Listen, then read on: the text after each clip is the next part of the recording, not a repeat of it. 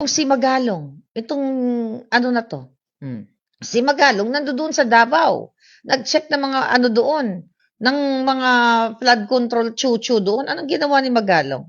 Okay, nag-inspect siya ng mga ano daw, road slope protection structure to ano, for improvement of critical intersections including installation of rockfall, netting, chu-chu-chu-chu sa Davao City. Baguio City Mayor Benjamin Magalong, DPWH, USEC led the inspection, chuchu-chuchu, eklabush. Imagine nyo mga kababayan, eto'y kasagsagan ng bagyo. Ang yawa na si Magalong, nakala natin para sa bayan, nandoon sa Davao. Kung doon sana kayo sa Cebu, mga julul, nagdala kayo ng pagkain sa ating mga kababayan sa Cebu, doon kayo sa Capiz, doon kayo sa Negros, di may naligtas kayong buhay. Mga yawa kayo. Anong pumasok sa utak mo, Magalong? Akala ko ba wala ka na dyan? At bakit, by the way, I was out, wala akong signal ng maayos for the last 6 days, 7 days, I think. Di ba? Ano yan? Doon kayo nag-optics-optics? Nangamatay na ang mga tao sa Cebu? Nag-optics-optics pa ang mga bilat-ina mo? Oh, wala ka na, Magalong, kung di ka naman julul. Ano pa ang mga nangyayari? At panawagan ko sa inyo, huwag kayong mag-donate sa mga vloggers, lalo na sa mga alpotera. Hindi yan makakarating. Gagamitin na naman yan.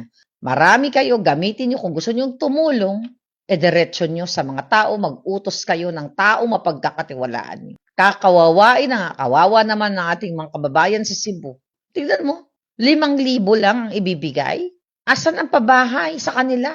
Dapat bigyan sila ng, pang, my God, yun yung sinasabi ko sa inyo. 20 years nyo, yung iba doon na hinulugulugan yung bahay, baka hindi nyo pabayad.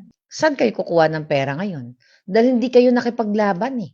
Dapat noon, 2023 pa lang, natanggal na yung bangag na yun. Kahit last year, nung inilabas ko ang pag-a-addict ni bangag, baka sakali, natanggal si bangag nung last year, hindi na nangyari ito dahil, itong flood control money o fund ay bigyan sana ng tamang project ang inyong mga probinsya. Walang helicopter, walang boat, excuse me. Sabi ni Loved One and Bing Conde, anong klaseng gobyerno? Walang gobyerno. Si Bangag, baka during the typhoon, nandoon pa sa Korea nang aambush kay Xi Jinping, di ba? Noong mga moment na yon. Ngayon may parating na naman na bagyo. Antayin nyo pa ba na lumutang ang buong Metro Manila at kayo naman ang susunod na biktima? Pumunta kayo sa rally. Patalsikin nyo si Marcos Jr. na magnanakaw sa kaban ng bayan. Ninanakaw. Imagine nyo ang kanyang confidential funds. Di ba? Diyan sa budget deliberation noong nakaraan. Zero, wala man lang natira na parang resiko o barya. Dahil ninakaw nila ang pera. Not only sa confi funds nila, confidential fund, flood control, sabi ko nga, sa iba't ibang ahensya ng gobyerno. Ninanakaw nila. By the way, from now on, la-live na tayo sa ating TikTok para makasunod tayo sa ating mga kababayan. Alright? Ngayon, itong mga tanga dito, Bisaya pa man din ito, umuwi daw ako para, bakit ako uuwi? Ang bahay ko nandito, isa pa yan. Mga katangahan ninyo, ipinaglalaban kayo, ayan, sige, sana hindi kayo anurin ng baha sa susunod. Imagine nyo yung mga mentality ninyo, mga mentality ninyo. Umuwi ka kaya dito, Maharlika. Diba? Kabubuhan lagi yung mga sinasabi. Diba? Sana anurin kayo ng baha. Para, yun na doon yung ma-realize, kumakapit-kapit, ay, tama pala si Maharlika. Tangina palang bangag yan. Ganyan-ganyan, di ba? My home is here. Okay? So, kung gusto mo, pumunta ka dito sa Amerika, kumuha ka ng visa. Magpatulong ka kay bangag na adik. Ngayon, si Pangulong Duterte ang sinisisi ng mga hayop. Pangulong Duterte, 3 years na si bangag. Kung may pagkakamali, let's say for example, bigyan natin sila ng tamang laban. Okay. O nakita mo na pala, may pagkakamali ang Duterte, 22, 23, 24. Walang pinagkaiba si Bangag Jr. kay Jabnoy. Malay mo, magaya din si Marcos kay Jabnoy, mategi ng anytime soon. Hindi magpapalitsyon tayo, di ba? Mategi ang adik na yan sa kasisinghot. Dahil siya ang nagpapahirap, nagpapalubog sa ating bayan. Yang buwaka ng inang Marcos na yan na adik sa pinaka-adik. Kayo dyan sa Luzon, I hope, okay? I hope hindi kayo maging biktima ng katulad ng mga naranasan ng ating mga kababayan sa Cebu. Tapusin nyo na si Marcos Jr. Patalsikin nyo na si Lisa Tanas. Diyan si Lisa Marcos Aranetang demonyong babaeng yan. Yan yung buwaka ng inang bigao na yan. Yan ang umuubos ng pera ninyo.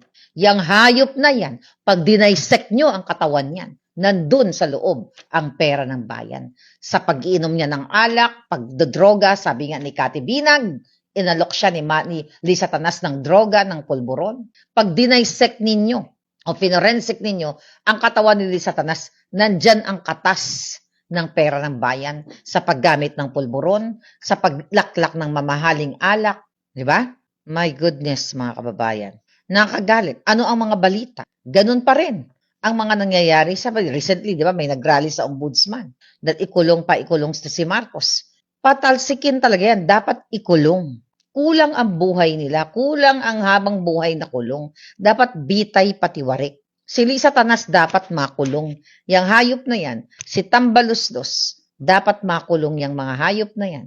Or, ibitay talaga kasi natitwist ang batas. Malay mo, pag nag-change na naman ng government, makakalaya na naman sila o ipapardon sila pag nakulong. So, dapat bitay talaga. Para makita ng taong bayan kung paano magurgur ang mga demonyo, mabigyan man lang ng sample. Kasi hanggang ngayon, wala pang napapakulong dyan sa flood control na yan. Di ba? Yung mga nag-rally, kanina, mga kaliwa. Well, ang mga kaliwa, sabi ko nga, hindi na to usapin. Kung makakaliwa ka, makabangag. Well, pag makabangag, eksapwera natin makabangag. Makabangag ka pa rin after mo makita na binaboy na kayo dyan sa Cebu? Naunsaman mo? Mga kasimanwa ko, mga higala. Yes, firing squad, sabi ni JBF. Hindi nyo pa nakita na hindi dapat malulunod ang ating mga kababayan sa baha na yun? Kung yun ay ang pera, yan yung mga frasco, yan si Gwen Garcia, yung mga hayop na yan. Kung ginilagay nila sa tama ang pera ng bayan, magkakasabwat sila samantalang sila ay nasa Paris. Sabi nga ni Dean, nagbe-breakfast ng croissant with hot chocolate and everything. Tapos bumalik lang. Habang nagbabagyo, nandoon sila sa Europa. Tapos mag-o-optics ngayon, kasama si Bangag, bigay-bigay ng pera. Magbibigay daw sila ng 5,000 kada pamilya. Buti sana kung makakarating ang 5,000 na yan. Mamaya, optics pa rin yan. Mag-a-announce lang na magbibigay ng 5,000, yung pala, hindi naman ibibigay. Puro na lang imbestiga. ICI, hiniling sa ombudsman na imbestigahan sina Bonoan at iba pang mga chucho-chucho. Hindi nga nila imbestigahan. Yung 17 na kongresistang mga demonyo na sa pangungunan ni Romulo at kung sino-sino pa yon, ang 67 contractors na nakalink yung ibang contractors kay Sandro Marcos, kay Charis yung hayop na yan.